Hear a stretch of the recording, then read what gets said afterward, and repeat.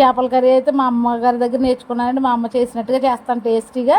కానీ fish clean చేయటం నాకు రాదండి. మా హస్బెండ్ క్లీన్ చేసి ఇస్తారు, అప్పుడు నేనైతే చేస్తాను.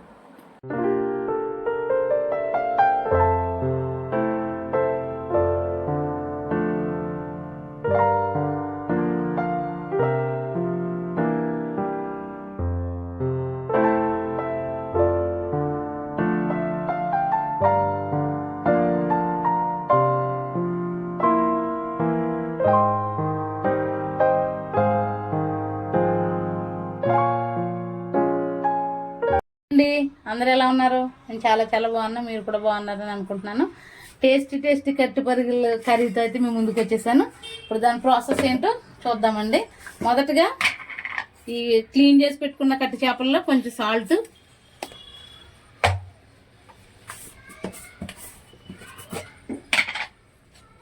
కొంచెం పసుపు,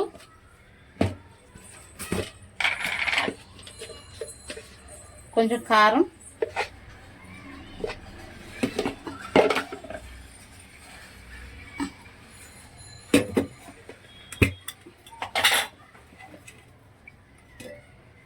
కొంచెం ఆయిల్ అయితే వేసుకోవాలండి.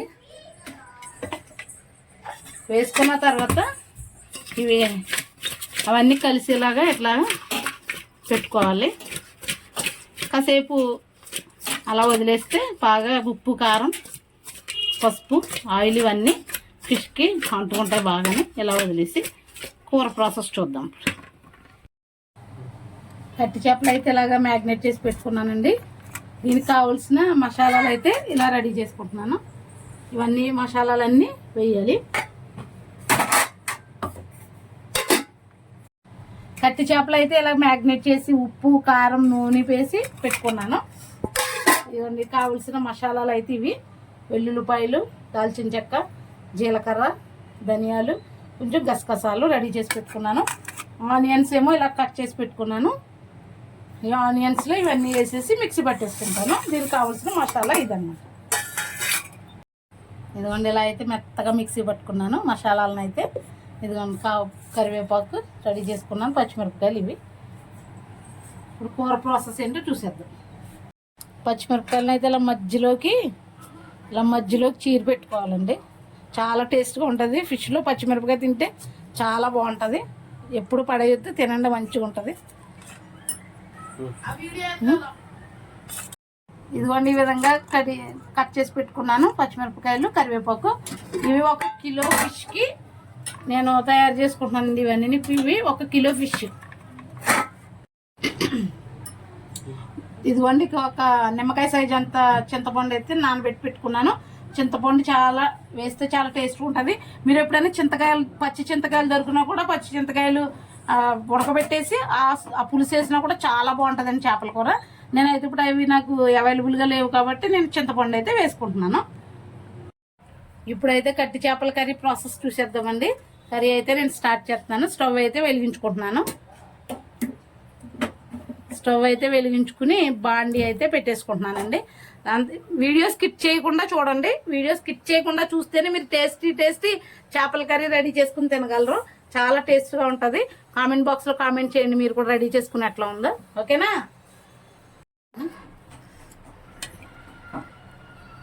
ఇదిగోండి 2 స్పూన్లు ఆయిల్ అయితే వేసుకుంటున్నానండి.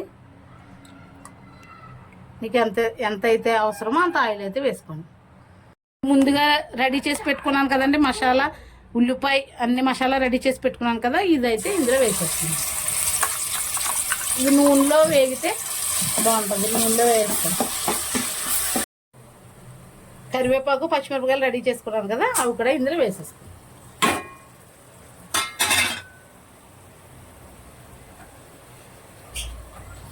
ఇలా ఇల్లు అయితే మగ్గుతున్నాయి కదండి. మగ్గుతున్నప్పుడు కొంచెం సాల్ట్ అయితే వేసుకుంటున్నాను. సాల్ట్ చూసి వేసుకోండి, ఎందుకంటే నేను ముందుగా చేపలు మ్యాగ్నేట్ చేసినప్పుడు పెట్టాను కదండి, అందుకని కొంచెం సాల్ట్ తక్కువ వేసుకుంటే, తక్కువ అయితే మళ్ళీ తర్వాత చూసుకుని వేసుకున్నారు.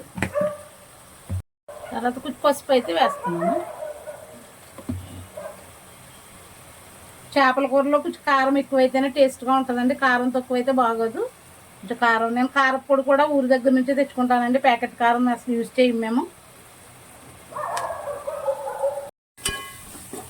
ఇవన్నీ ఇలా కలిసిలాగా కలుపుకోవాలండి. నేను మిక్సీ పట్టాను కదండి, మిక్సీ పట్టిన గిన్నెలో కొన్ని వాటర్ వేసి ఆ మసాలా అంతా వేస్ట్ అవ్వకుండా ఉండాలంటే ఆ మిక్సీ పట్టిన గిన్నెలోనే కొంచెం వాటర్ వేసి నేను కర్రీలు అయితే వేసేస్తున్నాను. మీరు కూడా అలా వేసుకోండి.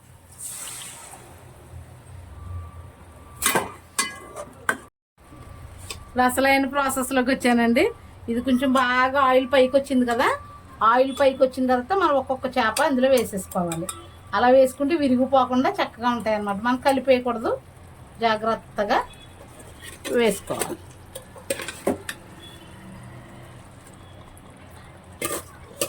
ఇప్పుడు కర్రీ అయితే కొత్త కొత్త మంటుంది కదండి. ఇప్పుడు మనం రెడీ చేసి పెట్టుకున్న చింతపండు పులుపు అయితే వేసేసుకుంటున్నాను.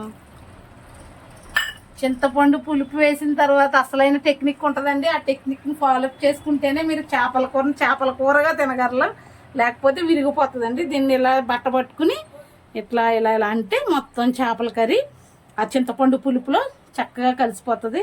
నేను చెప్తుంటేనే నాకు నోట్లో నీళ్ళు ఊరుతున్నాయండి. మరి మీరు కూడా ట్రై చేసి మీకు ఎట్లా ఉందో నాకు చెప్పండి, ఓకేనా? మన ఫిష్ కర్రీ అయితే లాస్ట్ మినిట్లోకి వచ్చేసిందండి. ఇప్పుడు కొత్తిమీర గార్నిష్ చేసేసి ఆపేద్దాము. వీడియో కనుక మీకు నచ్చినట్లయితే లైక్ చేయండి, షేర్ చేయండి, సబ్స్క్రైబ్ చేయండి. సబ్స్క్రైబ్ చేయటం మాత్రం మర్చిపోకండి. ఎందుకంటే ఏదైనా మంచి కర్రీస్ కావాలంటే కామెంట్ బాక్స్లో కామెంట్ చేయండి, నేను మీకు కర్రీస్ చేస్తాను. ఓకేనా? Bye, see you tomorrow.